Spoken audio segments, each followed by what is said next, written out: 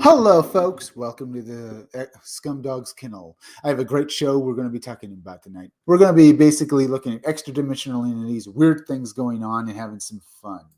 I've found a whole bunch of articles I really found interesting. We're going to be basically looking at extra dimensional. But first, while we wait for people to gather in the chat, let me go off to share screen and show you some artwork from my own upcoming graphic novel, Scumdogs. Okay. Now, I present, well, this is my extreme 90s cover. This is a cover for one of three variant covers for my graphic novel Scumdogs. This is my extreme 90s cover, as I said. This basically is a cover to harken back to the comic books of the 90s, is pretty much all of my characters basically in a huge battle. Now, Scumdogs, actual title characters of the book, are supervillains who want to basically take over the universe. They're a parody of 80s cartoons, so you'll see a lot of characters that'll remind you of cartoons from back then. Now, on this cover, you'll see my main characters, Death Mug and Buick Starpoon. Death Mug is the purple guy with the metal mask. He's the leader of the Scumdogs. He's an arrogant dictator who wants to rule the world. He's based on various villains from 80s cartoons, like Skeletor from He-Man. He's got a skull face. Like the leaders of Cobra from G.I. Joe. He's like Cobra Commander. He has a metal mask. Well, and like Serpentor, he's got gold on him. And he's purple, like the Shredder from Teenage Mutant Ninja Turtles. He wants to rule the universe because the Scumdogs used to compete in such the Scumdogs, before they became supervillains, used to compete in sporting events in the future held with superhuman monsters as the pro athletes. They're called Scum and Dogs because they were bad people for trading in their humanity for superpowers or to become superhumanly powerful monsters. You get the idea. They're not exactly the nicest guys around. But what happens when they get banned from sports? Well, the Scumdogs decide to take over the universe. Now, you can see him fighting his archenemy, Buick Starpoon, the guy with the pink pompadour hair. He's a parody, him and the rest of his team. In fact, if you notice his uniform, anyone on this cover wearing a similar uniform to Buick Starpoon is part of his team in the Space Forces. They're basically G.I. Joe parodies, which means they each have a military specialty, something the military they do. Like if they're soldiers or if they're personnel that do military procedures. You know, like some of them are Marines, some of them are pilots and stuff like that. You get the idea. Now, Buick Starpoon, he's basically a parody of Duke from G.I. Joe. He's also if you notice the uniform they're all wearing, they're also a parody of space opera kind of heroes as well. You know, characters from space operas, you know, like Zap Brannigan, Captain Kirk from Star Trek, Buzz Lightyear or Buck Rogers, those kinds of characters. Buick Starpoon is basically an arrogant military guy who wants to basically do his job and basically be a big hero because he's got a giant ego. He'll keep doing the same thing and even the wrong thing continuously because he's too arrogant to admit he's ever wrong. So he basically makes a huge disaster. Now, the other members of his team you can see on this cover as well. Over here, this guy with the mohawk in this blue uniform is called Roadhog. His military specialty is that he's an army guy. Before he joined up with Buick Starpoon, he was part of the army. Then you have this bald guy with a gun over here. His name is Beach Pounder. His military specialty is that he's a Marine. He's a Marine and stuff like that. That's his military specialty. Then you got this guy back here in the red uniform driving that vehicle, firing off his weapons. His name is Blast Tank. His military specialty is that he's a heavy vehicle specialist, a tanker. You get the joke. You get it? All right. Now, this covers one of three different variant covers, so you have that to look forward to as well. Let's look at some more characters. Here we have Girl Friday. She's another member of the Wild Rangers. That's the name of Buick Starpoon's team in the Space Forces. She was assigned to work directly under Buick Starpoon as his second in command because while the Wild Rangers fight the Scumdogs and save the universe, they're also incredible morons whose idea of saving something is basically destroying it. But because they were getting such criticism because of what the Wild Rangers were doing, her superiors in the Space Forces basically assigned Girl Friday to basically be a babysitter. She basically has to mind and watch him make sure he does his job right. But he basically never listens to her, and well, she can't order him to do so. Because even though she's the second in command, so she can't do that. He's still her superior officer, and he does get the job done. He's just a moron. Yeah, you get the idea.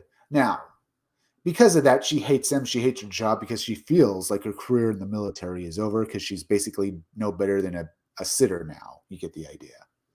Now, folks, also please hit that like button for me because it helps me fight the algorithm, as well as because the more people that hit that like button means the more people see my content. And the more people that see my content means my graphic novel Scumdogs will come out all the sooner on Indiegogo.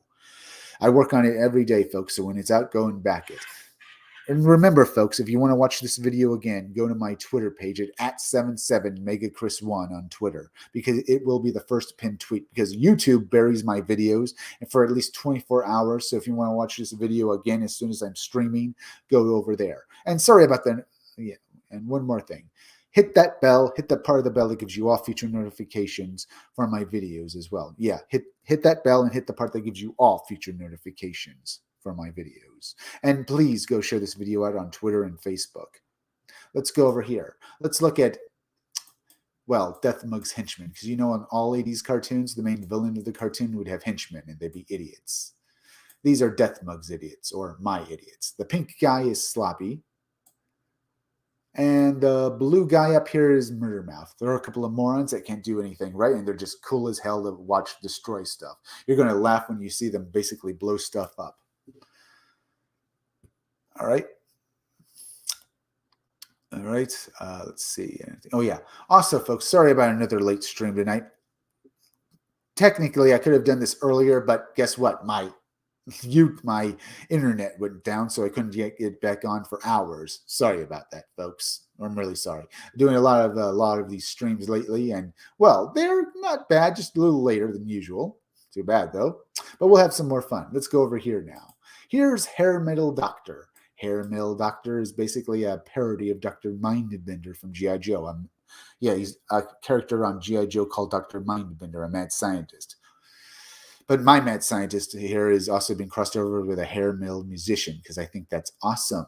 He thinks of all the insane gadget machines and stuff the scumdogs use to try and take over the universe. He does it while rocking out. He's Hair Metal Doctor. And here we have Miss Breasty Melons. Miss Breasty Melons is a parody of the Baroness from G.I. Joe. The Baroness being one of those arrogant female villainesses, but Miss Breasty Melons. Miss Breasty Melons became a villain just for fun. She's only doing this to have fun. She's a villain for fun. All right, Miss Breasty Melons will also, well, the Hair Metal Doctor pinup and the Miss Breasty Melons pinup you see here will be included with other pinups in my graphic novel when you back it on Indiegogo when it's done. I work on my book every day, folks, and when it's done, go back it. But I will also get these pinups out to you from Crypto Fashion on t-shirts as soon as I'm able to make them. Okay, I looked at this artwork. Let's go to Indiegogo now. Let's exit out of these. And let me see over here. See any like buttons? Feel free to hit that like button, folks, and leave some chats. I want to hear from you guys. Let's go over here to Indiegogo real quick. All right. Let's see this over here. Godlike, the Romulus Saga has made 188,387. It's got 30 days left. It's still funding in demand, so that's good. Not bad. Apparently, he's been able to save it and stuff. John Malin yesterday basically screwed up with this and basically closed out his campaign by accident. But apparently, they've let him continue it. Not bad. Not bad. Mainly probably because they had technical difficulties and also other stuff like that. But hey, Godlike the Romulus Saga is still funding in demand, so that's good. 188,387 with 30 days left. That's good. Ethan Van Scaver's Cyberfrog Magnetic Portfolio has made 136,000 $1,920 with 3 days left. Get a new version of Blood Honey with a new metal cover and stuff like that. Just a reprint of the book, but with a brand new cover to make it special. And it's going to be a revamped and more enhanced version of Blood Honey. So that's good. That's very good. Maybe I'll back it because I want a mint condition Blood Honey as well. And it looks pretty good. Let's see this. Let's see this.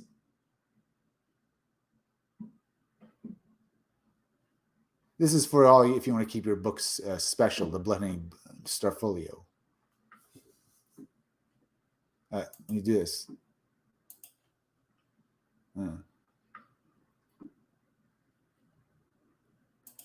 All right, you get the idea. You can back it for this, and it looks good. This will Cyberfrog by John Malin Ashcan. You will receive a copy of Cyberfrog art of John Malin shipped to you, Sturdy Gemini Mailer, $10. Blood Honey Ultimate Blood Honey Silver Edition is $20. Blood Honey Ghost Edition is $20. These are the different editions and stuff, so you get the idea. Drained Salaman Ace Edition. You will receive one copy of Blood Honey Drained Salamandroid Edition. I might get that one because I like the cover a bit more, but the others are also very nice. The Blood Honey box, $40. This is for your Blood Honey. This is for all your Cyberfrog books, and they look good. It's only going to cost you $40. Not bad. It's just a box, but you can make sure you can keep all your comics looking good and knowing where they are. Not bad. Not bad at all. This is what you get with this campaign. You can also get stuffed box one of everything. You receive one Blood Honey box with Blood Honey Ultimate Blood Honey Silver Edition, Ultimate Blood Honey Ghost Edition, Blood Honey Drained Frog, Heather Erica Edition, and Blood Honey Drained Salamandroid Ash Edition, plus the Secret Keon Frog Blood Honey Drained Standard Edition, shipped to you in a straight mailer. Not bad. And there's room for other books as well. So you can stuff all of your books into that box. Not bad. Very good. Very good. All right. There's Black and White. Volume 2 was made $38,693. That's pretty good. This is the new R.T. Bear book. It looks good. You can also get volume Black and White Volume 2. There's that for $25. All the you can also get volume 1 second edition, second printing for $25 as well. Black and White volume. Receive one copy of second printing Black and White Volume 1 with a new cover signed by Art and Pamela. Not bad, but you can also get back both books for $50. Volume 2 in Maine. No, I guess Black and White Jam Pack. Early Bird Bundle. Can you go both books? Oh, yeah. Volume 2, Volume 1 in second print, $65 USD. Oh, you have to get other stuff. Can you just get the... I guess you can't just get volume 1 and 2 together. Volume 2 main, let's see this. Receive one of each of the following Black and White Volume 2 main cover, Black and White Volume 2 Kenneth Roker and Arch Sin, both books, Mail and Gemini Miller. Okay. Receive one of each of the following Black and White Volume 2 main cover. I guess you don't get that either. If you want to get Black and White Volume 1 and 2 together, you have to pay $65, but you also get another book all together with it. Not bad. It's a little more than what if you wanted to just pay $50 and fund it from. Not too bad. Not too bad at all. Black and White Volume 2. Looks like a good book. It's got 25 days left on its first 30 days. It's made $38,693. That is great. Cthulhu Invades Odds. Graphic has made $26,000. Earthbound Part 2 has made $68,658. Not bad either. Now, we've done this a while. As I said, tonight I'm going to read various articles of various weird things. Paranormal aliens and extra-dimensional entities, as I said. So I got a few articles here. We've covered stuff like this before, but we could look at this. Ultra-terrestrial dark plasma, the source of angels, aliens, ghosts, Earth Part 2. I might have to look at Part 1. We also have this. Do alien visitors from a goblin universe walk in a haunted realm between the living and the dead? It could be very interesting. various very weird sounding articles we can look at tonight. Maybe I should look at this one first, huh? We're going to be, as I said, paranormal aliens. Do aliens have such weirdo abilities, as well as are they extra-dimensional entities? We'll be looking at that tonight. For those of you in the UFO community who have made their leaps of faith that started with Eric von Däniken, Zachariah Stitchin, namely that the gods of our religions, in fact, aliens who led mankind to varying degrees of civilization, technological development, it logically follows that some forms of religious fanaticism would spring from that same alien source. There has always been a thin line between religious experience and simple madness. There is likely also a thin line between alien-inspired fanaticism and mere human-generated religious delusion. Blah, blah, blah, saying it's wrong. No, not really. All right. This is all said by way of introduction to a new book from Timothy Green Beckley's Global Communications Publishing House. The book is called Mad Molly, Brooklyn's Supernatural Saint, and for the sake of complete disclosure, I wrote some of his chapters. The new release included the complete text of a rare, hard-to-find book about Molly Flincher from the early 20th century, as well as a new material that helps set the stage for one of the strangest stories in the history of the paranormal. It is also the first in a new series from Global Communications devoted to very strange people, a second book in the series, The Bell Witch Project, available for purchase. This is an older article, folks, so this stuff might already be out. Who is Mad Molly? Mad Molly, well, who was Molly? Who was she? Molly Flincher was born in Massachusetts in 1848. Her parents moved the family, Massachusetts, moved her family, Brooklyn, New York, in 1850. Molly began her education in a private school there. A few years later, Molly's mother died in 1855, and her father married and abandoned Molly and her siblings to be raised by their aunt Susan Cosby. Molly did well in school and was considered very attractive by the standards of her day. Months prior to her graduation, she fell ill, suffering from a nervous indigestion, generalized weakness, and faint spells. Her doctor prescribed horseback riding to cure her, which was for centuries thought to be a solution for hysteria in women. While riding, Molly was thrown from her horse, hit her head on a curbstone, knocking her unconscious, and broke several ribs. She may have recovered from the horse accident and led a normal life, but a little over a year later, in 1865, she suffered another traumatic accident. Molly was engaged to be married and was out shopping for wedding-related items when she stepped off a streetcar near her home. Her dress got caught in the rear of the car, and she was dragged a steady block before anyone noticed her. Her suitor broke off the marriage plans, and she was put to bed to heal. She never left her bed, spending the remaining 51 years of her life there as she suffered varied and strange ailments that baffled observers and physicians alike. The supernatural taking hold. As she lay in her bed of trauma and misery, Molly began to experience trances and spells and violent spasms. She also quite famously began to refuse food, claiming to go months, even years, without swallowing a single morsel of anything. In Victorian times, this was a commonly claimed miracle, and many fasting girls were celebrated in the news media for their fanatic devotion to Christ as expressed through self-starvation. The doctors of Molly's time again called her condition hysteria, which was a catch-all term for women whose behavior was deemed inappropriate or unladylike. Some of the strangest stories about Molly occurred in the 9 years from 1866 to 1875. It is claimed that she lay with her arm drawn over her head, her legs twisted, and her eyes closed, yet still managed to write 65 letters, so fine embroidery, keep a diary, and make a wax flowers. Quite an achievement for a bedridden woman with one functioning hand.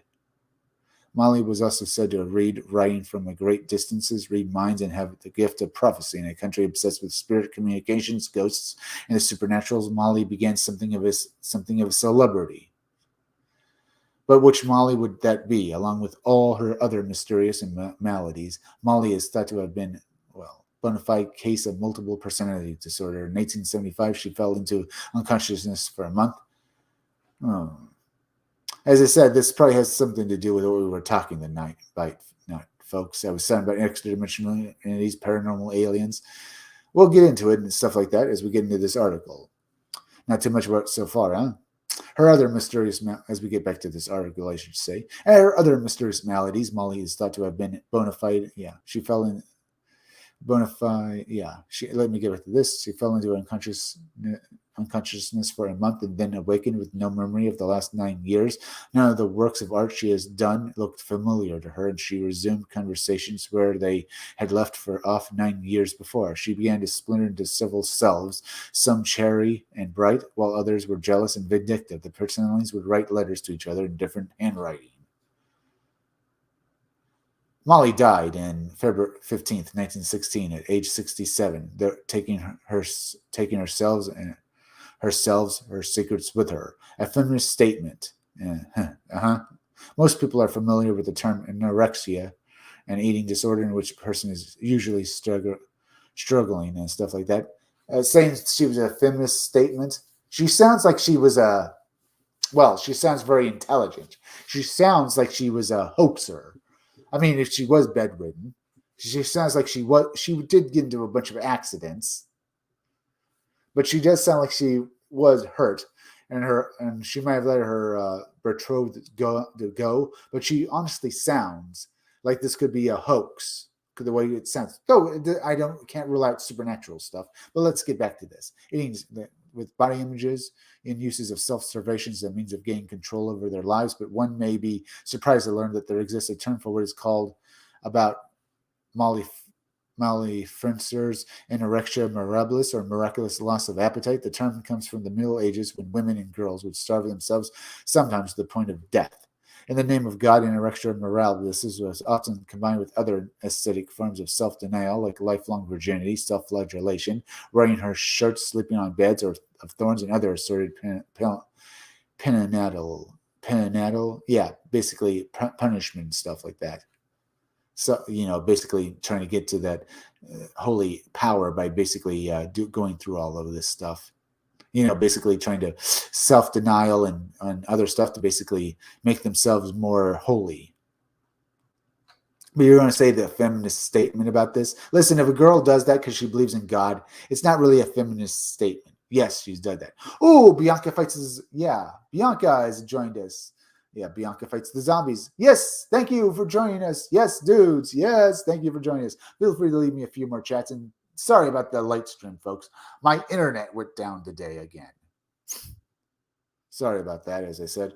Let's see this. As I said, you're basically, sounds like they're trying to say that this was a feminist statement about this woman who is basically, or any girl who basically does something like a holy something, and basically does starving herself to basically get closer to God. You realize that holy people do such things like basically self-denial and this stuff to basically make themselves more pure. This has nothing to do with any like a feminism thing, really. Walker Bainham, this Caroline here, Walker, the author of Holy Feast Fast, believes that anorexia mirabilis simply a misdiagnosed anorexia nervosa, but was instead a legitimate form of self-expression that existed outside the modern disease paradigm. Anorexia mirabilis should be understood as a distinct relative form of female religious piety, placed within its proper historical thing. There is that, but you're basically saying it's a feminist statement, big hairy deal. As if anything has to do with anything like your feminist movement at all, or anything like that. Yes, females could have religious experiences. In fact, a lot of them did, and they were celebrated. In fact, the article itself says they were celebrated for it. And basically, doctors would basically class it as an insane and stuff like that, or anyone who basically had a religious experience during that period of time. Not back further, but then stuff like that. But you're saying it's feminism? Oh. Many women in medieval times refused to ingest anything but communion host, which was intended to signify not only their devotion to God and Jesus, but also make a point about separation of body and spirit. The idea that the body could endure for long periods of time without nourishment demonstrated how much stronger and important the spirit was. Well, important the spirit. Popular opinion was unconcerned that the woman claimed to go without food for months or even years. The impossible length of their fasting only adds the allure of the specifically female achievement. St. Catherine, saint here. There is that, but when we are talking about Molly here, this Molly woman here, Molly, let's see, let me see her. Molly Flincher here. You're basically trying to consider when I see this sounds like a woman who was basically a con artist, basically telling people during the spiritualist movement of that time period that she was a holy person, that she did all this, that she had multiple personality disorder. Yes, she was bedridden, but that doesn't mean she wasn't a very smart woman. She apparently did embroidery, she'd made paintings, and then she claimed it all down to spiritualist stuff. It could be real, I can't doubt you that, but the way this sounds like someone who was basically bedridden, basically making the best of her condition to make as much money as possible, and basically doing that. All right. Yeah. There's that. Let's get this. St. Catherine, 47 to 1380, 1347 to 80, of Siena, of Italy, 1347 to 80, Italy, but rose to become a rare female player in the century papal politics. She was also a determined fasting girl and would forcibly self-regulate when compelled to eat food at all. Her local priest suspected she might have been secretly fed by demons when he observed how bright, energetic, and strong she remained even after fasting for natural long periods of time. Molly's similar claim to defying nature by living without sustenance of any kind can thus be seen as part of her long tradition dating back several centuries. Demonic possession was sometimes suspected in Molly's case as well, especially because of her multiple personalities and the strange trances that sometimes overcame her. Stigmata and the alien connection. Another phenomenon claimed by both Molly and St. Catherine was stigmata of mysteriously appearing wounds that replicate the physical images Jesus Christ endured on the cross. The stigmata would occur spontaneously, some unknown way, are not self-inflicted. The stigmata phenomenon was first reported by Saint Francis, 13th century, and is seen most commonly among priests and nuns. The strange signs on the flesh are said to be confirmation of the suffering saintly devotion to God, Christ. Well, to God.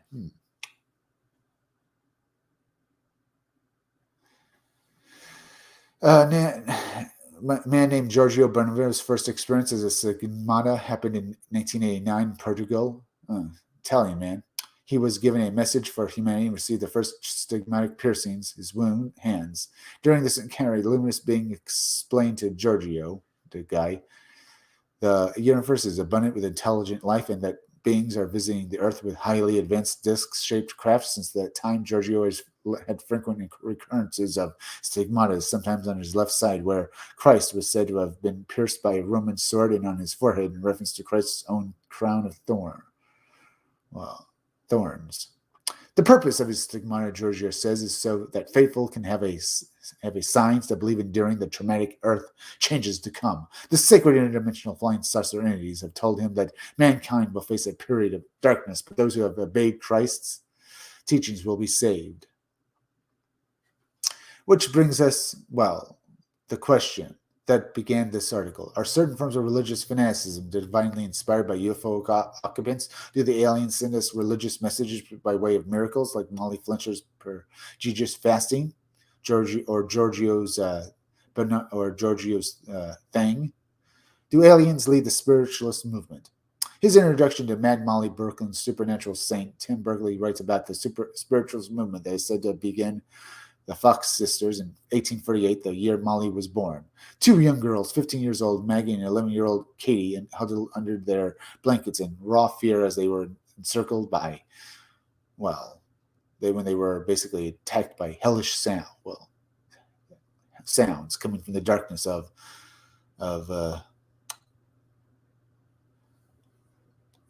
their small rural home in Rochester, New York. They felt the sounds were coming from an intelligent source, so the sisters played a kind of game in an attempt to communicate with whomever or whatever was creating the noises. Snapping their fingers and clapping their hands loudly, they asked the entity to respond accordingly. It replied with a series of knocking sounds that came from the wall, just above their beds.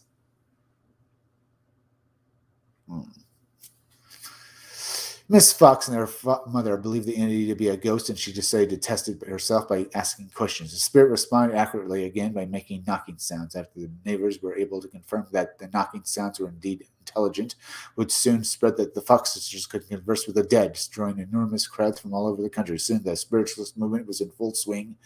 And then, yeah, interesting. Didn't they say that they were faking it? I've heard about them starting doing this, and it was all a fake. Yeah. Mediums in a deep trance were levitating tables, issuing ectoplasm from their body orifices. Supernatural manifestations became as American as apple pie.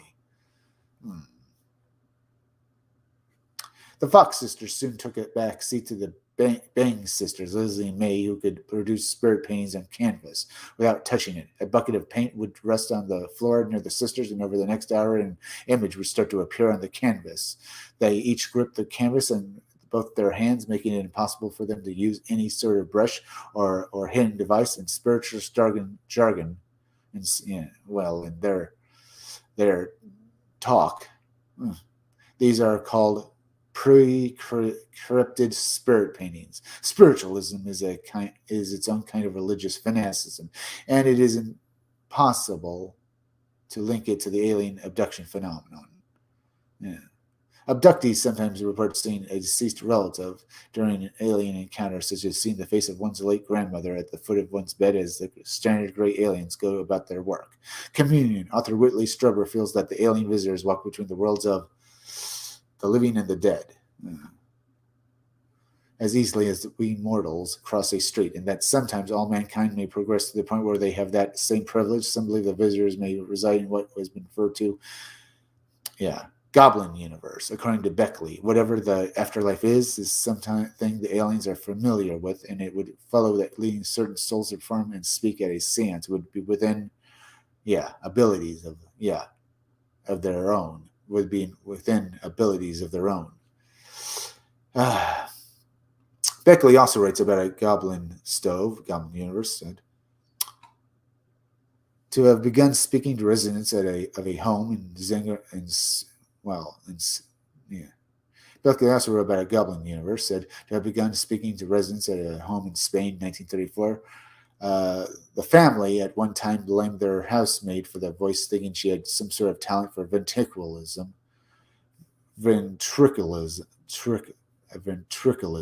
In spite of the maid's protests, innocence, the stove began to draw curious crowds, and some felt that the others talking from the stove, felt the devil himself had found a home in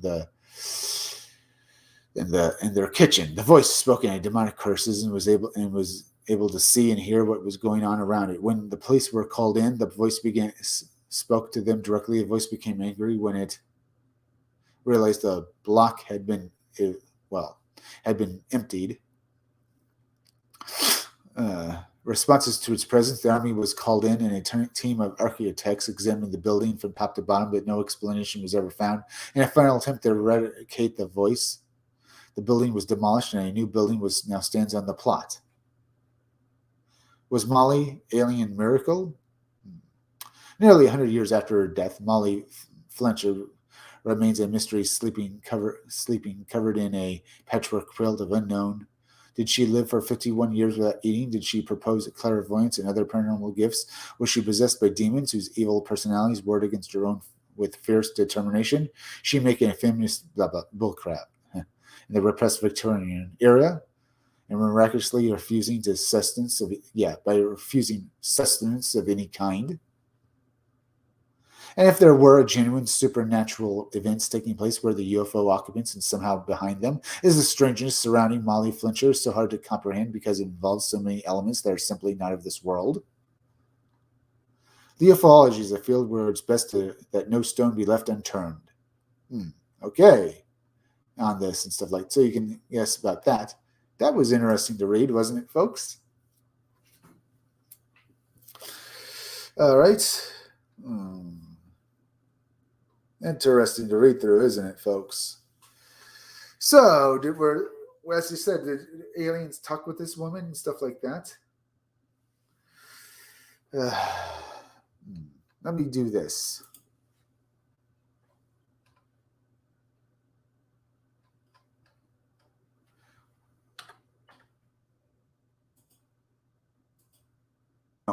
It didn't come out right. No, no, no, no. Fine, fine.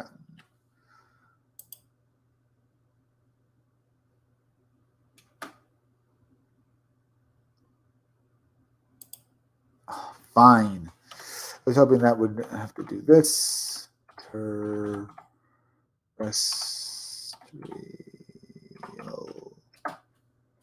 There. Let me do this. All right. Where did it go? Levitation, like that. Part 2. Ultra terrestrial plasma system, like that. See, like that.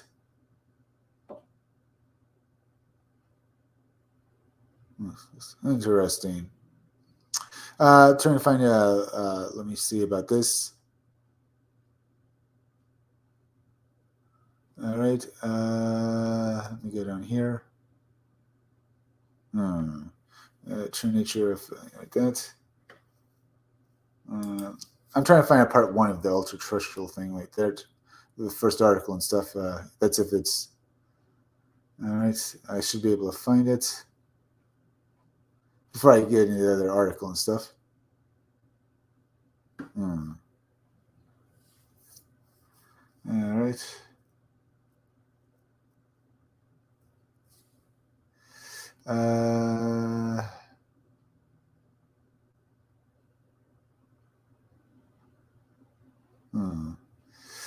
Interesting. Maybe have that stuff.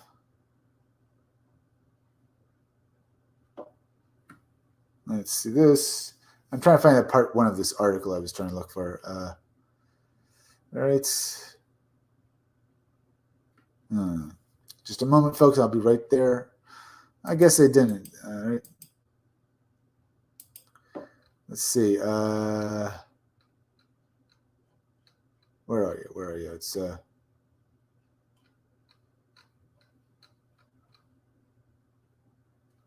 ultra-terrestrial dark plasma, the source of angels, old gods, ghosts, Other Earth, Part 2.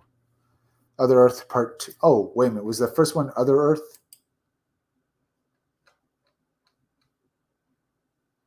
Called Other Earth. Let's see this article here. Part 1. All right. We are composed of bioplasma, a visible matter. Visible matter, huh? Physicists have discovered dark plasma, a form of dark matter, but people have basically still problems about that as well, folks.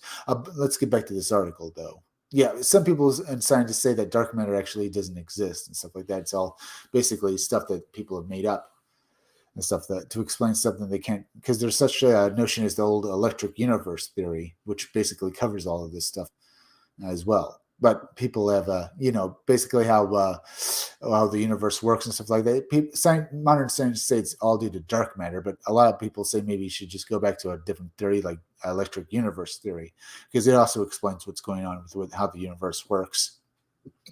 But let's get back to what we were doing. Abundant throughout the universe. In fact, there is approximately 6 times more dark matter than visible matter. That's another thing. It's about 10 times as I understand it, but then again, who knows? Could be wrong as well. We know there is bioplasma, but there is also dark bioplasma. Are there dark matter life forms? Are there dark matter biospheres parallel to us? Is there intelligence visiting us from dark Earth, visible Earth? Yeah. Our Earth has always been gravitationally linked to dark Earth. Is that where these creatures live? These aliens and fairies and stuff like that. These ultra-terrestrials on dark Earth. Is it this article? I prefer the term Other Earth to dark Earth. Dark Earth is dark Earth is basically wrong. It implies evil or negative. In fact, it is called dark Earth, sister to our visible Earth, only because it is composed of invisible dark matter. There is no evil connection to dark matter, so you say. Probably not. They're probably good. Who knows? There probably are good monstrous creatures on this planet and stuff like that. Good fairies and stuff. Good. Yeah, good ultra-terrestrials. Let's get back to this article. Matter to me is one of the regrettable tendencies of ufology to paint ultra-terrestrial life inherently evil and threatening to us. Why must we humans always fear imaginary boogeymen? A bit of background information on dark matter. Today, physicists around the world are delving into the reality of dark matter, dark plasma, which is one form of dark matter. In doing so, they are radically changing our knowledge of the universe, discovering the locations of dark matter based on its gravitational effects on surrounding matter, on surroundings and stuff. Dark matter seems to be the source extra gravity. Astronomers have discovered that the gravitational effects observed in our universe don't match the amount of matter perceived to account for these differences. It appears that the universe contains a mysterious form of matter that we can't see. Throughout the universe, there's approximately six times as much dark matter as visible matter. And 1930s Swiss astronomer, Swiss guy named Fritz Zwicky first observed that some galaxies were spinning so fast that their stars in them should fly away from each other. Unfortunately, Zwicky had personality clashes with many of the astronomy community, so his views weren't taken very seriously. 1962, astronomer Vera Rubin made the same discoveries and had nearly the same outcome. Her work was mostly disregarded because she was a woman. Don't be always saying it was a woman, huh? Her views might be basically pointing to something like the fact the universe doesn't work the way these people think it does. Rubin bravely continued her work. By 1978, she had studied 11 spiral galaxies, all of which, including her own Milky Way, were spinning so fast that the laws of physics ordained that they should fly apart. Together with work from others, this was enough to convince the astronomy community that something strange was happening. We are now certain far more dark matter, visible matter, than there is visible matter. Yeah, there is far more dark matter than there is visible matter, which is called bionic matter. Okay. Yeah, we are far more certain there is far more dark matter than there is visible matter, which is. Sorry, I keep repeating myself. I'm trying to get this right. Let's try to get this again. Let me do this one more time. We are certain there is far more dark matter than there is visible matter, which is called bionic matter. This is what we are used to. The matter that comprises us and everything we know and perceive, visible matter. Gravitons, particles which meditate the gravitational force of visible matter. Today, physicists are working to find whether there is a supersymmetrical pattern of the graviton called the gravitino. The meditating force of invisible dark matter. Indeed, physicists are seeking to prove that the entire universe is supersymmetrical gravitons and gravitinos. These exist and are mirror images of each other. There are glowing alarm bells and or utter wonderment in theoretical physics that dark matter could have nurtured and evolved life just as visible matter on Earth has done. No one knows at this point if the beings of other Earth might be able to perceive us. Have they always been aware of us, visible folk? Do they even have eyes? I'm getting ahead of myself. I wish to state that in writing this article, I am relying heavily on the research and writings of J. Alfred. There's his website.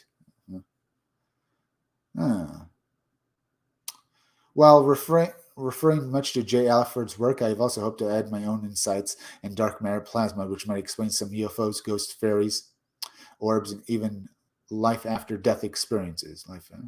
Recently wrote, for UFO Digest, J. Alfred feels advanced other Earth beings might have the ability to convert their dark plasma into our normal plasma for a period of time. Thus, other Earth might be the origin of bright plasma UFOs, UAPs. More on this matter. Do we have to? All of us have to ask if some UFOs are plasma or manned by plasma beings. Where is the plasma world of theirs? In researching a possible answer, I became enveloped by dark plasma possibilities. Dark matter has been found to gather around visible cosmic bodies like Earth. Any cosmic body with sufficient mass to possess gravity has, dark matter. Maybe. Well, it could be. It sounds like it could be. Has apparently attracted dark matter, which creates extra gravity. In fact, researchers believe that in the early universe, dark matter was spread out in a web of filaments, some of which still exist. Hmm. Illustration: dark filament web bridge across uh, across galaxies. It is possible that gravity corridors, which offer intergalactic travel, a relatively short traveling time, would depend on these invisible dark filaments as much as corridors of the gravity we know, generated by visible cosmic bodies. Dark matter Earth, which I refer to call Other Earth, has probably created at the same time as visible Earth. About 4.6 billion years ago, the solar system was just being formed, and dark matter filaments and other components were many times more abundant in the universe than visible matter. Therefore, since birth, Earth has always had a dark halo composed of dark particles originally from the Milky Way galactic dark halos webbing network over billions of years. This dark halo of visible Earths was added by countless events, including the moon crashing to Earth, the moon having its own dark halo, ocean of dark plasma formed around the planet. Dark plasma is a very low density, but tends to form in clumps. There are dark matter and dark plasma clumps all over the universe. Sometimes they form the dark particle clouds or oceans. These plasma oceans are still less dense than matter on visible Earth. Visible particles, of which we are composed of, are very densely packed together. By the way, could there be clumps of dark plasma over billions of years? Evolved bioplasma? Could a form of consciousness have emerged?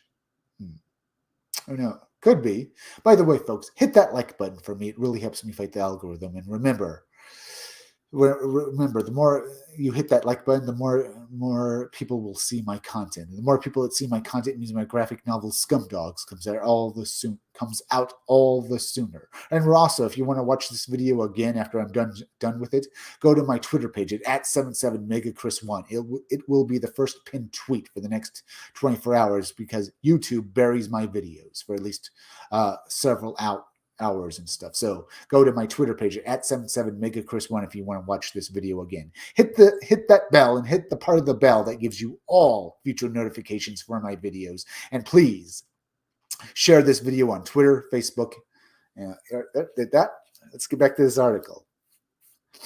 Let's see. Could life itself have emerged on this planet? The other Earth. Well, could a form of consciousness have emerged? Could life itself have emerged? Yeah, could a form of consciousness have emerged on this other Earth? Could life itself have emerged? Yeah. Very interesting. Maybe we should say that in. Could it actually have happened, folks? Could a form of consciousness have emerged? Could life itself have emerged? Some researchers feel evolution would advance more quickly, less dense biosphere being dense and thus visible means of a constant struggle against other objects and against gravity itself. There is logic in the possibility that beings from other world Earth would be more advanced than we are. It is very possible that visible Earth and other Earth both originated and developed life forms in their own unique ways as they danced together over the millennia in perfect supersymmetry.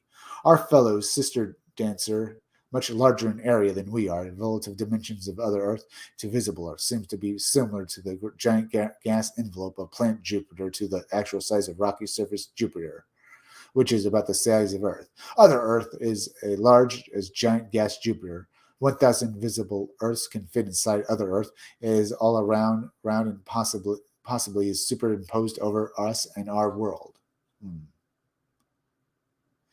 Our dark sister is indeed much larger than we are, but she is in fact Earth. Her life forms might be alien to us, but they are still form whole Earth. No doubt actual space aliens gaze at Earth from space, and their technology helps them perceive the large, dark other Earth halo and the tiny, solid, dense, visible Earth as one. Well, all together. A visible Earth as all together. All right. At this point, we have to ask, what is life form? Perhaps intelligence is a better term because other Earth's natives would not be solid and dense like we are, composed of dark bioplasma. They would have a lower molecular density, thus could float through walls or zoom in mind-boggling waves in the atmosphere when they visit us. Sound familiar? Does this account for UFOs, ghosts, and more? They likely would swim because through our atmosphere we are sink because we are so dense. Gravity really has it on us.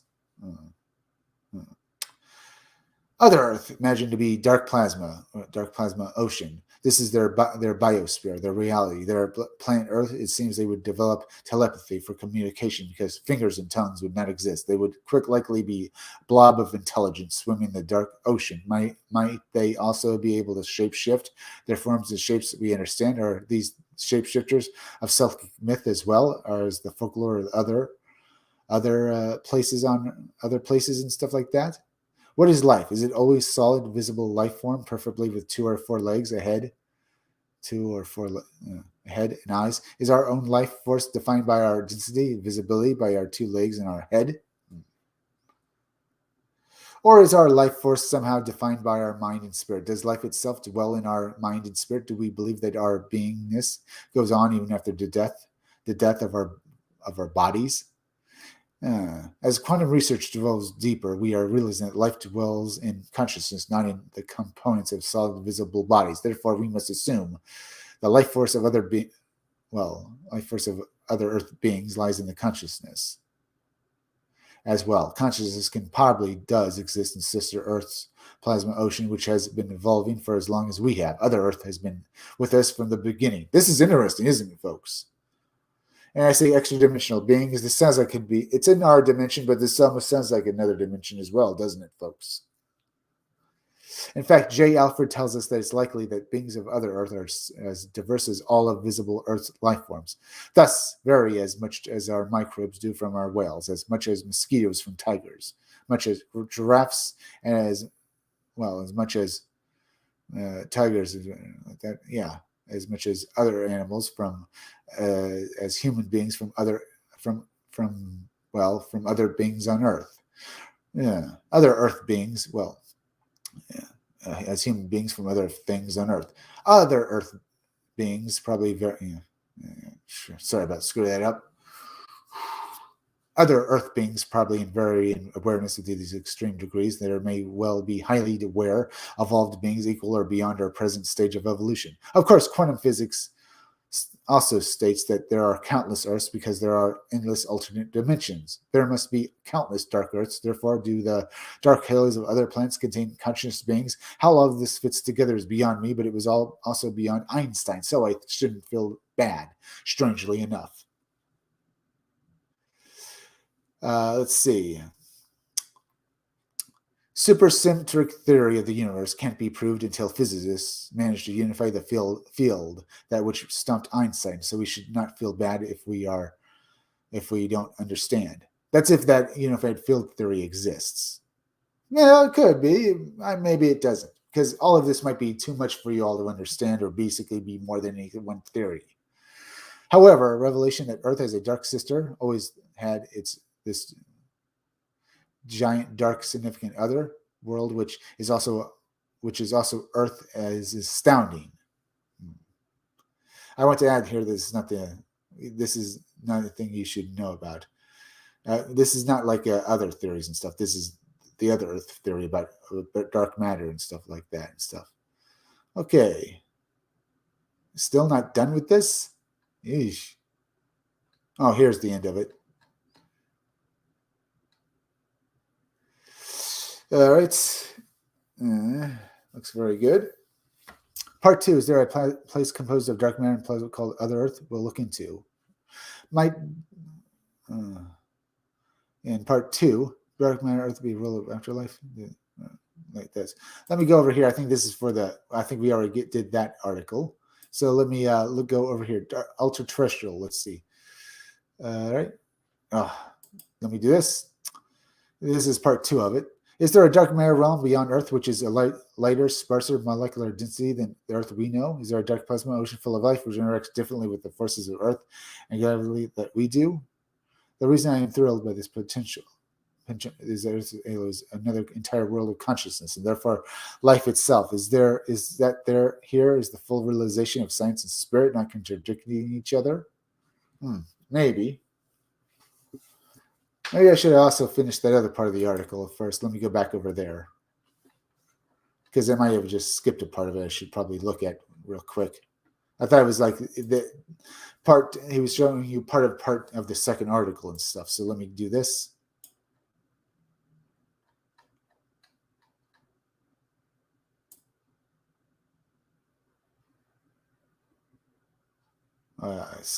Whoops, I think I skipped it. Whoops, sorry.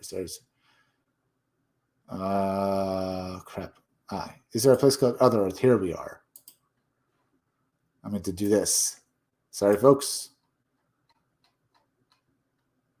Here we are. Might parallel Earth be the world of the afterlife? Do dark plasma beings form symbiotic spiritual relationships with counterpart humans? Might they guide the consciousness of a human after death? They be our elusive angels. Are some other Earth beings evil? At least cold scientists who might abduct and capture a dense being. Yeah, or so might they capture a dense being and basically take him away for an hour? Is this the source of jinn of these creatures we see on Earth that think we might exist in myth, in our stories and stuff? These elusive life forms have always been thought to be from ultra-terrestrial Earth. Jinns and ghosts are thought to be passed through walls, being less dense and molecularly than we are. UFOs blink out of existence. Do they return simply to Other Earth? Are these the shapeshifters of legend? Other Earth is a source of space and atmospheric critters and bright colored orbs, which sometimes have a translucent quality. Is dark plasma interesting. If dark plasma overlays a visible matter, does an individual become dizzy and disoriented as the UFO encounters? It is thought that these concentrated dark plasma would have that effect on us. What is the source of plasma like UFOs? All we can guess is that they came from plasma dimension Other Earth. Other Earth is a plasma dimension. Other Earth, huh? Okay. Our Lady Fatima, first ball, was a... Our Lady of Fatima looks like that as well. How many times have an apparition of angel first appeared as a ball or disc of light only to become a form of an angel, ghost, gets near to a human? Do our dark cousins read our thoughts, vibrations, so they come closer and thus become what we can understand? In other words, do they arrive as a ball of plasma, become an angel, ghost, UFO for a perception and benefit? It is an article of future human time travelers mentioned would have an interest in the welfare of Earth, whereas actual aliens would not. Maybe don't be so sure that actual aliens would not have an interest in that. Occupants, have manipulated nuclear missile codes.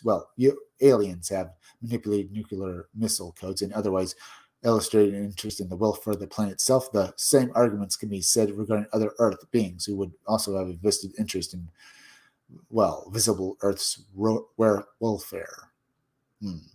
The core of their dark halo, which is the core of their dark halo in their home. Let's get back to the other article.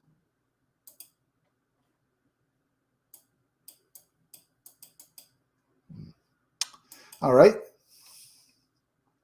Is there a dark matter realm around Earth, as we get back to, which is of lighter, sparser molecular density than Earth? We know. Is there a dark plasma ocean full of life? Yeah, does it interact differently with the forces of with the forces of the universe and light than we do? All right.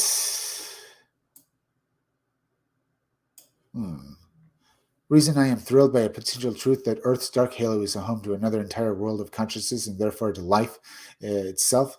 That here is the full realization of science and spirit not contradicting each other, but instead coming together to form a larger truth, which offers a vastly greater perception of reality itself. Science and spirit have been in a supposed war since humankind began on planet Earth. In fact, this is an imaginary war propagated by both silly scientists and religious people. When humankind can truly perceive that science and spirit together form truth and therefore reality itself, then humankind will have evolved a step forward. For centuries, spiritual teachings have taught that angels are a realm which is lighter in density. For millennia. Metaphysics have proclaimed that ghosts are vaporous and plasma-like. They pass through walls and otherwise, and otherwise defy gravity. Phantom plasma ghost lights glow on the road, and then dematerialize. And if you take this picture here, it sort of looks like it, huh? Well, maybe. Let's get back to this article. Phantom plasma ghost lights glow on the road ahead and then dematerialize. UFOs seem not to be nuts and bolts crap, but rather colorfully bright, illuminated plasma, which can zap physical objects from one polar magnetic charge to the opposite polar charge. I remember a case of an investigated in San Diego in the early 1980s. A car involved in a UFO close encounter possessed the opposite magnetic charge. Then, before the encounter, radios, cell phones, cameras are often useless near UFOs, as if these craft carry an electromagnetic energy which is alien to our technical devices, to Earth itself. For centuries, spoken of I get that holy book. Jinns, who are said by Islamic scholars be life forms with transparent shape-shifting bodies.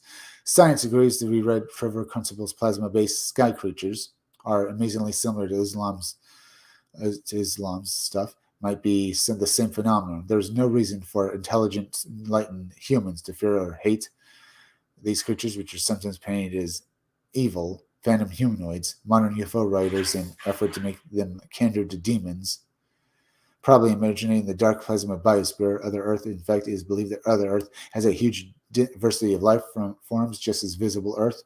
Earth does. All life forms or Other Earth can be considered ultra-terrestrials. Okay. Are some ultra-terrestrials human-like, or at least can they shapeshift into human form? The Greek and Roman gods would appear as human, then shapeshift into huge size before the eyes of bewildered humans, and then ride away in a glowing chariot through the atmosphere. Deities of other cultures, such as Hindu avatars, seem to not affected by the physical laws we know. Our myths are full of entities which seem to be lighter than air, capable of shifting shape and who sometimes glow and dematerialize. Angels, both Christians, generic first appear, both Christian and stuff like that, appear as glowing balls of what is probably plasma, and then take form so as the human observer can recognize them as an angel or even Jesus or Mary.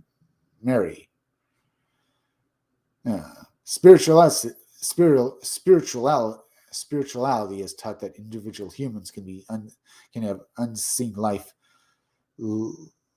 lifelong companions, perhaps.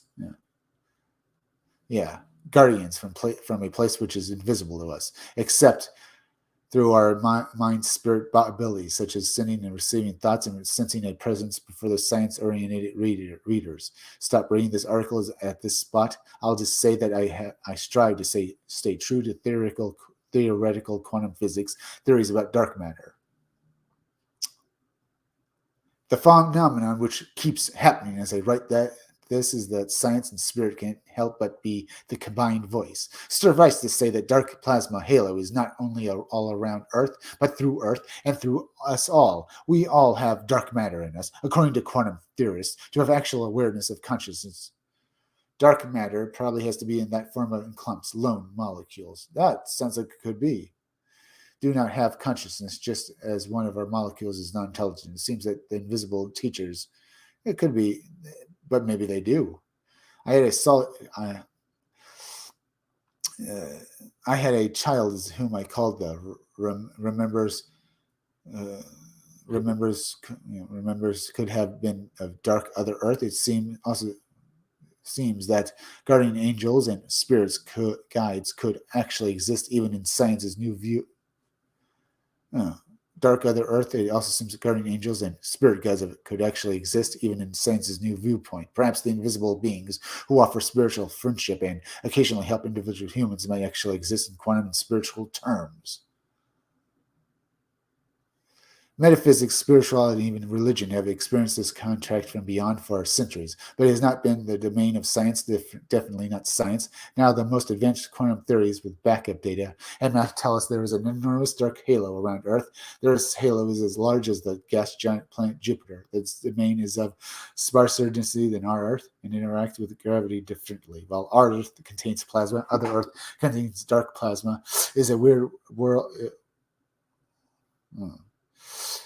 It is plasma. It is a world of matter like our world, but is it dark matter? We simply cannot see it. Dark energy, its counterpart, dark matter, which is often in the form of dark plasma, have been presented by theoretical quantum physicists as invisible components of the universe because nothing else explains so many mysteries. Dark energy apparently fills 72% of the universe space, while dark matter is, dark matter fills 25.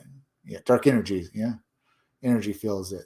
While dark matter fills 23% of the universe. There's all sorts of evidence and indications that both of these mysterious components do exist, but the ultimate proof remains elusive. If you prefer another theory, so be it. So be.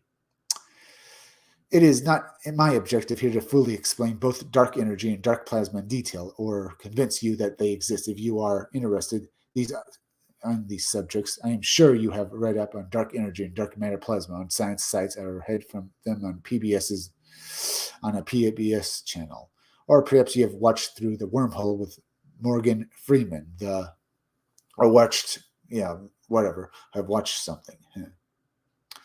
Excellent science speculation series. In this article, I am suggesting, he's suggesting his idea that maybe this has something to do with something else as well. I do not think that dark plasma explains all UFO occupants. I feel there is air travelers in time, travelers of space from far distant planets who are not of a plasma domain. If you're wondering what we're talking about tonight, folks, we're talking about extra-dimensional, paranormal aliens and extra-dimensional entities. And I found some articles detailing this stuff, and this is interesting. We're talking about the dark matter or other Earth, another Earth composed of dark matter and stuff, where maybe aliens and spiritual beings exist, ultra-terrestrials.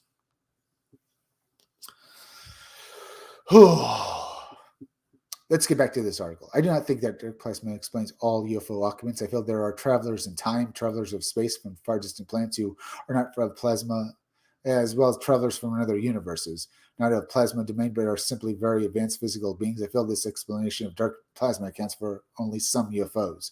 I wish to thank thank Alfred for his extensive research on this subject. Again, I wish to thank Alfred for his extensive research on this subject. I refer to it often when writing these articles. The basics of what I am proposing here are, let me get back to this. The basics of what I am proposing here are the basics of what I am proposing here are in my first. The basics are in his first article on dark plasma, so I won't try to rehash it in part 2. Rather, move forward. If you're confused, perhaps if you read the article, it will hopefully help you understand. A substantial amount of dark matter is composed of dark plasma and radiates dark light. Because dark photons, dark light, are emitted from dark plasma, it gives rise to dark electromagnetism. While plasma in our world is hot and short-lived, scientists speculate that since dark plasma has less density, it can remain in the plasma state even at room temperature for long periods of time. Yeah, interesting. Scientists speculate that since dark plasma... interesting. While plasma in our world is hot and short-lived, scientists speculate that since dark plasma has less density, it can remain in the plasma state even at room temperatures for long periods of time. Dark electromagnetism might be the key to how. Dark electromagnetism might be the key to how other Earth beings communicate with each other and with us. It amounts to what we call psychic. yeah, what we call basically very weird things. Might our subconscious, what it means is basically they talk with each other with their minds, that these beings basically, because they're composed of dark matter, can stay in this plasma state far longer than what matter, than plasma in our universe can do. It means they stay in a plasma form far longer than matter, than plasma in our than our regular world and stuff like that can do. And basically, you can basically go through walls and do it like this, basically communicate with each other with using only their minds.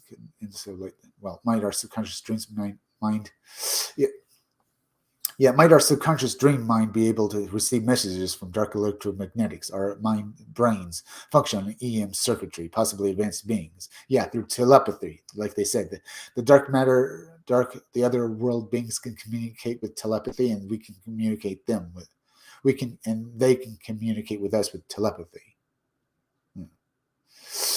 Uh, let's get back to this article. Possibly advanced beings can divert dark matter EM energy. Well, possibly advanced beings can convert dark matter EM energy to EM energy, or perhaps our minds simply have this receptor. We do have dark plasma within us. Again, I stress that dark does not mean evil. Dark is a quantum theorist's use. It only means invisible to us. The dream state has long been a mystical realm where our sometimes receive spiritual or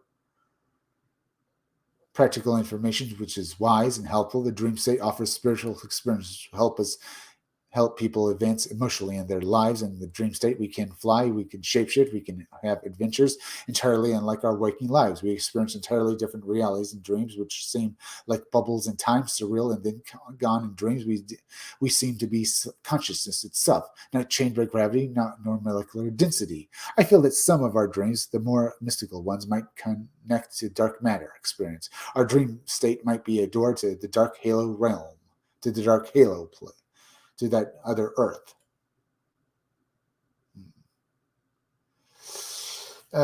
Sounds interesting.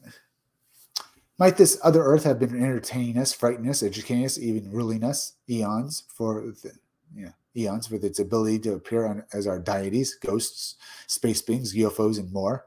There are many examples in human folklore, religious texts, and mythology which could be created to plasma beings and phenomenon. Consider Moses, the burning bush, described a fire without smoke.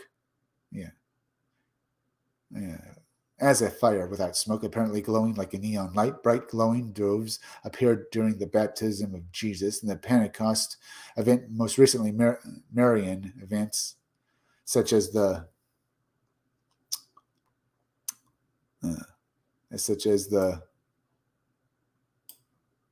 Fatima, such as the Fatima manifestations display plasma characteristics beginning as glowing orbs and morphing into angelic or motherly or Mary or Mary, mother of, Mary, the mother of Jesus form. Yeah, into angelic or, well, orbs into a Mary form and stuff like that. That dark plasma surrounds us, rocky core Earth is solid quantum theory, and as near a fact as quantum physics seem to be able to achieve, Jupiter's gaseous clouds make Jupiter seem huge. In fact, rocky solid Jupiter is as small as rocky solid Earth.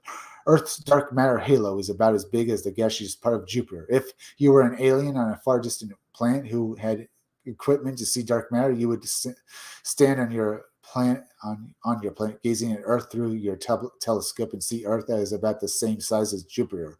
Earth is composed of its dark plasma halo, other Earth, and small rocky Earth. Well, and small rocky Earth. Yeah, Earth and stuff. Is there a consciousness within the dark halo of Earth? How intelligent are these ultra-terrestrials? Life forms within other Earth would move in all three dimensions like fish do. Human beings walking on the surface of Earth cannot move upward through the air like fish in water. Dark plasma is similar to an ocean. This plasma ocean might be respond to or be harnessed by one form of gravity while still having another kind of minimal gravity. This involves our gravitons and dark matter gravitinos. These two strange particles are potentially super symmetrical, but help to create different realities. Other Earth is parallel Earth, but there are huge differences in how life forms perceive and interact with reality itself. Part one of this article goes into this a bit. In 1976, Carl Sagan, Edward Salpeter, 1976, Carl Sagan, Edward Salpeter proposed that creatures resembling hot air balloons might exist in Jupiter's gaseous ocean-like atmosphere. They concluded that there might be sinkers, floaters, and the other such creatures, other Earths, and such creatures that look like other Earths that look like other Earth's evolutionary chain of life. Other Earth's evolutionary chain of life forms. Floaters, and let's see, might be sinkers, floaters, and hunters. Other Earth's evolutionary chain of life forms might be similar to what Sagan and Slipper proposed for Jupiter. For example, they postulated that floaters would be giant gas bags generating heat through their own metabolism,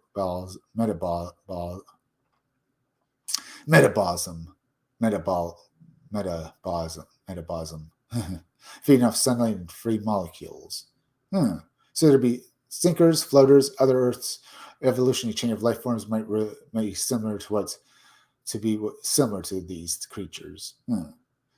Feeding off sunlight and free molecules, these creatures would move through Jupiter's gaseous ocean by pumping out helium. On Earth, the top of the Jupiter evolutionary chain would be the hunters. They might be squid-like creatures which use jets of gas to propel themselves. They might be many, kilometers across.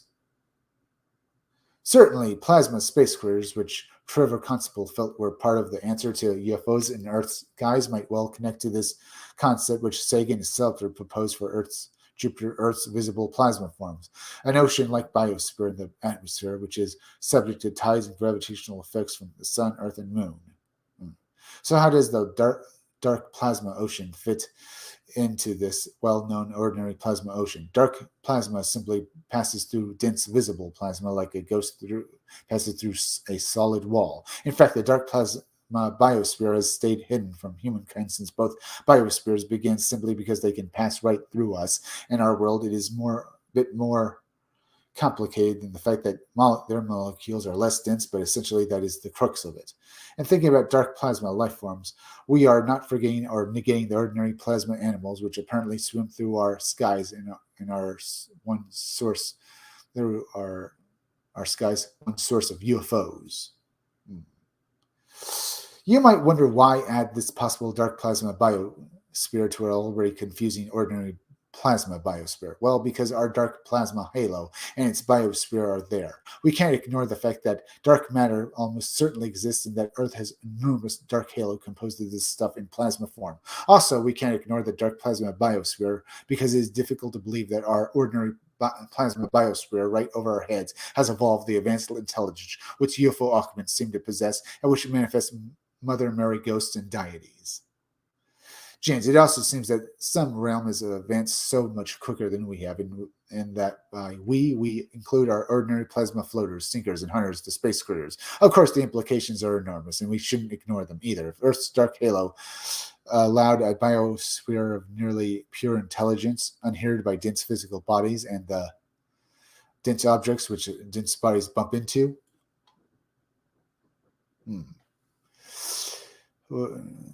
And impeding our evolution, and then we have to wonder if the dark matter which is gathered in the beginning around other celestial bodies also developed advanced super intelligence.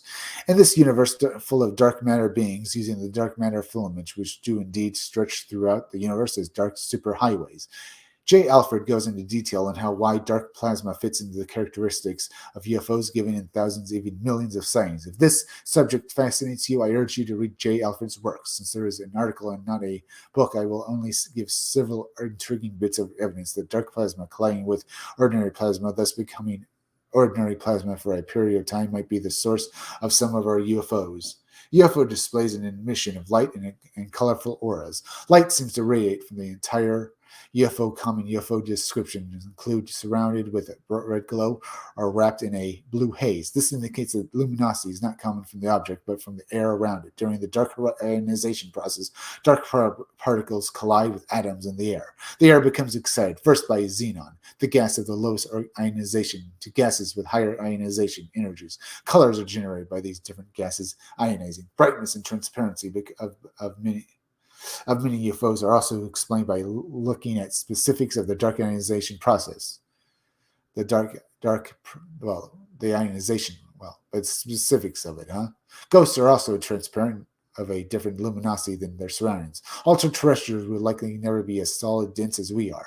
Whatever process they use makes them visible to us almost like a hologram. The fact that UFOs and ghosts stick out visually like sore thumbs in our biosphere indicate possibility that their world is built on entirely different aspects of light and gravity.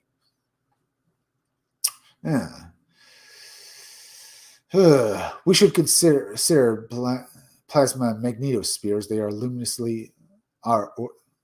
are luminous orbs, globs of ovoids of orange or blue or other colors. These are identical to many UFOs and UAPs spotted at night. Holograms within ordinary plasma have been created in our laboratories. There is no reason dark plasma could not function similarly. With dark plasma UFO occupants or their holograms inside the oval-shaped plasma ship. Look at this. Yeah, look. All right, how much more of this do I have to go through? Let me see this. Let me go down here. Read. Oh, maybe not that much more.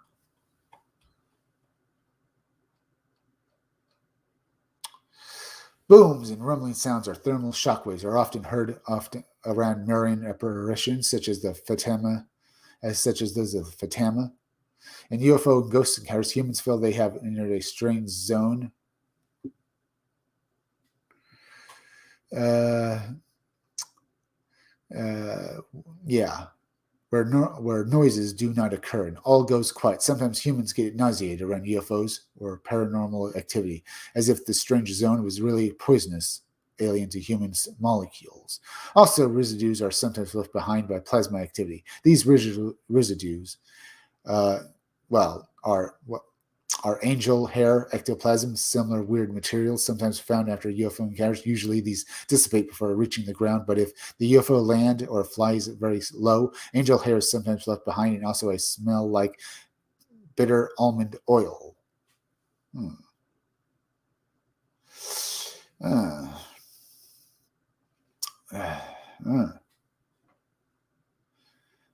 right. All of this is consistent with the plasma activity. For instance, with plasma.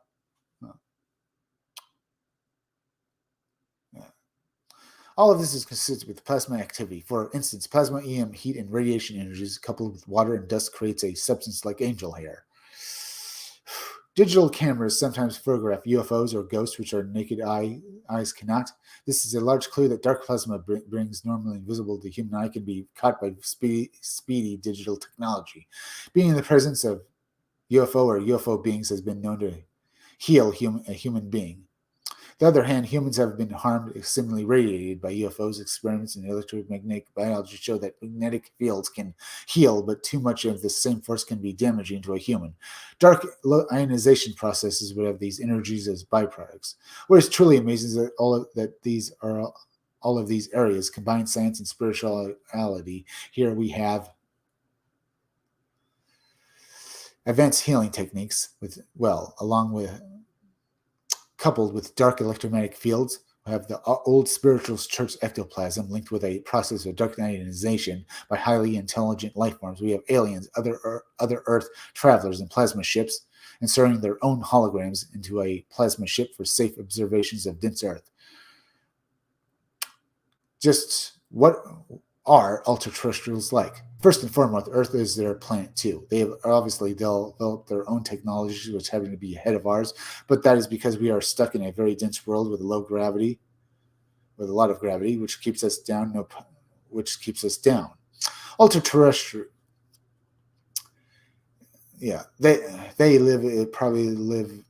ultra-terrestrials probably live in societies. Well, They have developed these advanced scientific methods. They originated in all likelihood at the same time we dense life forms and visible earth originated, and they evolved too. However, they evolved faster under entirely different circumstances, a different perception of interaction with reality. Yeah. Yeah. Interesting, isn't it, folks, to read through this? Very interesting. These creatures probably lived in a society. They have developed these advanced scientific methods. They originated in all likelihood at the same time we dense life forms on invisible earth originated, and they evolved too. However, they evolved faster under entirely different circumstances, a different perception of and interaction with reality. Okay. They communicate telepathically because they do not have physical bodies with mouths, and their brains are simply advanced consciousness swimming in a plasma ocean of light gravity. They are dark plasma, well, dark bioplasma, and they probably do have some denseness, but not like we do. They are dark plasma. They probably do have some denseness, but not like we do. They are as diverse as visible Earth life forms, if not more so. There must be tens of millions of kinds of dark plasma beings, from tiny nothings, from tiny things, to floaters, to advanced intelligences who might have manifested themselves as the gods and goddesses of old Greece. The Virgin Mary of Fatima. The final question might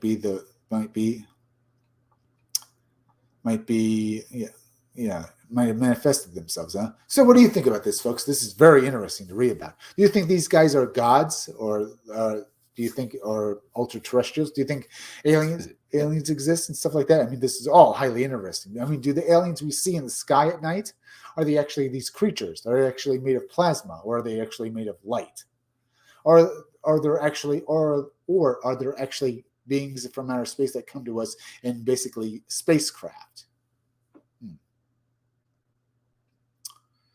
Let's finish off this art. Let's get back to this article. The final question might be this realm of soulful consciousness, which those who experience near death tell us about. If we lose our dense physical bodies, what is left? We are told that about dense colors, entire universal choirs singing magnificent music, a feeling of all knowledge at once, a feeling of freedom as never before. We are told by those who come back from the dead, that they flew, they glided, they had no specific shape or form. They were one with the cosmic all. I'm not getting religious. I'm saying that dark plasma turns out to be heaven. However, it's best it might offer a realm where disembodied consciousness can flourish. Lighter biosphere, advanced light intelligence. If this dark biosphere exists, spirits might have come from there, and we might return there. Have our spirits, our essences, done this throughout the ages?